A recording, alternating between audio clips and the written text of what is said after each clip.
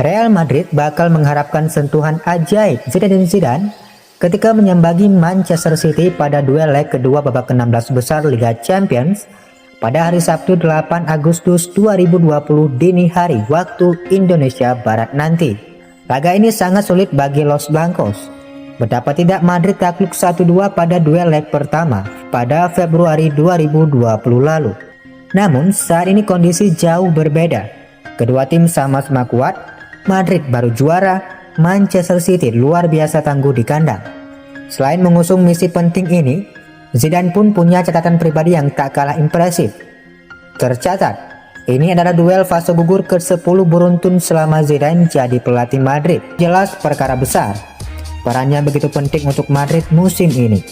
Tercatat, dalam 6 pertandingan Madrid di Eropa tanpa Ramos, Madrid menelan 5 kekalahan dan hanya bisa memetik 1 kemenangan. Sejak bergabung dengan Madrid, Ramos telah melewatkan 30 pertandingan di Liga Champions karena cedera, suspensi, atau keputusan pelatih. Pada 30 laga tanpa Ramos, Madrid bisa memetik 19 kemenangan, 3 hasil imbang, dan 8 kekalahan. Masalahnya, 62,5% dari kekalahan itu terjadi pada 6 pertandingan terakhir tanpa Ramos di lapangan. Sergio Ramos merupakan salah satu pemain paling penting dalam keberhasilan Real Madrid menjuarai La Liga musim ini. Dia melakukan tugasnya dengan baik sebagai kapten di dalam dan di luar lapangan. Meski bermain sebagai bek tengah, Ramos adalah top skor kedua Madrid di bawah Karim Benzema. Dia mencetak total 11 gol dalam perjalanan Madrid menuju juara. Performa Ramos ini mungkin mengejutkan banyak orang, tapi tidak di mata Rafael van der Vaart, mantan pemain Madrid. Van der Vaart mungkin tidak lama membela Madrid, tapi dia tahu betul bagaimana potensi Sergio Ramos. Di mata Van der Vaart, yang patut dipuji dari Ramos adalah dedikasinya untuk menjaga fisik di usia yang tak lagi muda. Ramos masih sangat fit dan diyakini bisa bermain di level tinggi sampai beberapa tahun ke depan. Dia memahami kemampuannya, kekuatannya, dan mengondisikan diri untuk membuatnya jadi pemain terpenting dalam tim yang telah meraih banyak gelar. Tubuhnya luar biasa, dia seperti mesin. Ketika saya melihat permainannya beberapa waktu lalu, saya berpikir, berapa usianya? 34 tahun. Saya percaya dia masih bisa bermain untuk 6 tahun lagi. Saya menaruh respek tinggi untuknya, ujar Van der Vaart. Eden Hazard mengingat satu momen menarik dari pelatihnya di Real Madrid, Zinedine Zidane, dan ia berniat untuk meniru momen tersebut jika mendapatkan kesempatan di pentas di Liga Champions. Hazard memiliki peluang besar untuk ikut serta saat Real Madrid bertemu Manchester City, dan UEFA.com mengajak mantan penggawa Chelsea tersebut untuk berandai-andai soal gol yang ingin ia ciptakan di pentas Liga Champions. Ia tidak perlu berpikir panjang untuk menjawabnya. Hazard dengan santai mengatakan bahwa dirinya ingin meniru salah satu gol yang pernah diciptakan oleh pelatihnya Zinedine Zidane. Gol tersebut tercipta saat Zidane masih aktif bermain dan sedang memperkuat Real Madrid. Di babak final melawan Leverkusen pada tahun 2002, Zidane berhasil mengantarkan Los Blancos menjadi juara dengan skor tipis 2-1. Zinedine Zidane, final Liga Champions melawan Leverkusen, volley menggunakan kaki kiri ke arah sudut kiri atas gawang, ucap Eden Hazard. Selama ini, Gerard Pique menjadi bagian dari sukses Barcelona. Tapi menurut mantan penggawa Real Madrid Oscar Ruggeri, Pique itu pemain yang biasa-biasa saja. Pique itu pemain kelas 2, seperti saya, seperti banyak pemain lainnya. Dia memang tampan. Dia bersama si penyanyi Shakira. Dia punya jenggot yang keren. Tapi kalau dia bermain untuk Valencia, dia tidak akan terkenal. Faktanya, Pique bermain untuk Barcelona. Dan itu seperti saya, biasa-biasa saja. Seorang bek yang bagus, tapi tidak lebih. Dia tidak banyak berada di bawah tekanan, kecuali melawan tim-tim besar.